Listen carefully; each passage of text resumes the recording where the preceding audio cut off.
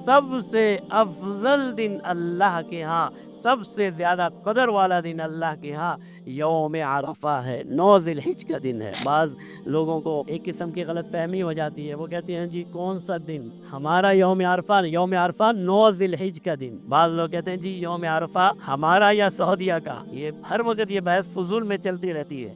भाई जब नमाज हमारी अपने वक्त में होती है, बाकी दिन हमारे वक्त में होते हैं, ईद हमारे वक्त में होती है, तो यौम अरफा भी हमारे वक्त में होगा।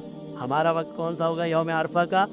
जुमे का दिन इंशाअल्लाह। ये 9 ज़िलहिज का दिन होगा। ये निहायत ही फजीलत वाला दिन है। और एक रिवायत में है अफ़ज़लुल अय्यामि इंदल्लाहि यौमुन नहरी सुम्मा यौमुल क़र्री। फरमाया सबसे अफजल दिन अल्लाह के यहाँ यौमुन नहर 10 ज़िलहिज का दिन है और फिर 11 ज़िलहिज का दिन है। तो उलमा ने तीनों को जमा कर दिया।